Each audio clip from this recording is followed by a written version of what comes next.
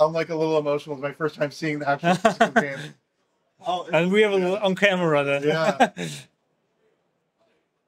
Wow. This represents like months and months of work and effort, and I'm like shaking. It's like so cool. Yeah.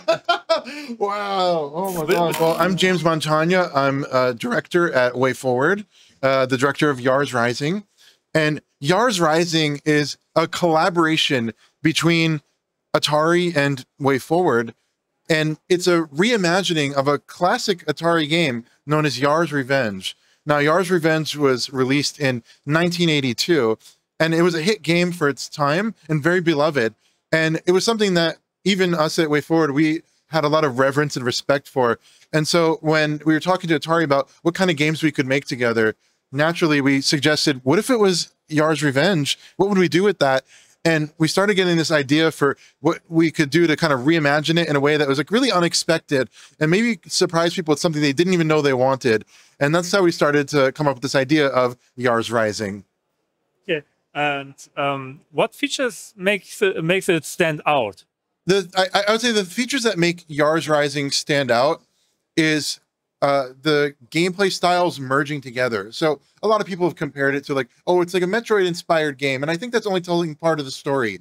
There's these, you could call them like retro mini games, but really it's just a whole nother facet of the game itself. And it's almost like you're playing multiple games in one, where you're having this room to room progression where you're mowing down enemies with your powers, and you're exploring and you're discovering things that you can empower your character with, Emi Kimura.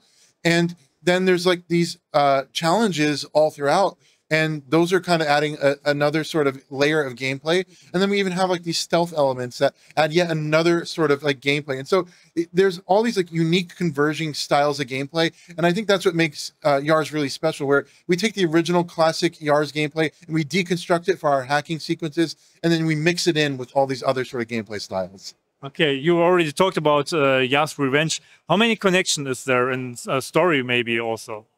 Countless. There's so many. I would be here all day. You know, there's the really obvious one where when Emi Kimura, our main character, who's this hacker for hire, when she encounters any security terminal, she can hack it, and her hacking interface resembles the classic Yars Revenge game. And it's sort of a deconstructed version of it that we take and we basically like kit bash these different parts and remix it into something different and evolve it in ways that it's never been done before. And that is a really obvious way that we pay homage to the classic Yars Revenge game. But that classic Yars Revenge game came with a comic book and had a story and a lore.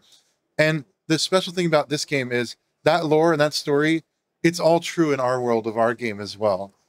So there's just so many ways. That's just that's only a few. So you brought the comic to life, kind of. we grow this comic story even further. Okay, and why did you choose to make like kind of Metroidvania game and not like the original Yars Revenge shoot 'em up? Sure, I think it has a lot to do with the type of story that we wanted to tell within the Yars universe. We thought we could tell the story well with this style of gameplay. And it's also like let's be real, no one was asking for a Yars like Metroid style exploration game, you know? And I think part of our job as game designers is to delight and surprise people with something that maybe they didn't know that they wanted, and maybe something they didn't expect, but once they try it, it all starts to make sense. Okay, and when will Yars Rising be released, and for which consoles and to what price? So the game will be released on September 10th, and it's for all major platforms. So it's on Switch and PlayStation, Xbox, and also like PC, Steam. And I believe the game is $29.99. Don't quote me on that, but I think that's the price of the game. Okay, so already next month. And will there be also like updates and DLCs or something like this? Well, there's definitely a day one patch that I would encourage gamers to download. You'll get the best experience that way and the best performance on the Switch platform. As far as anything further, there's nothing to talk about at this time.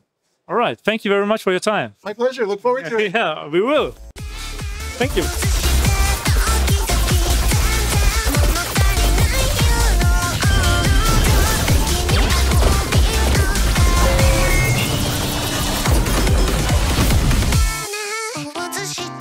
Dir hat das Video gefallen, möchtest mehr sehen? Dann klick gerne hier drauf oder geh auf unsere Seite retrogamingcrew.com. Da gibt es noch ein paar Artikel, die du lesen kannst.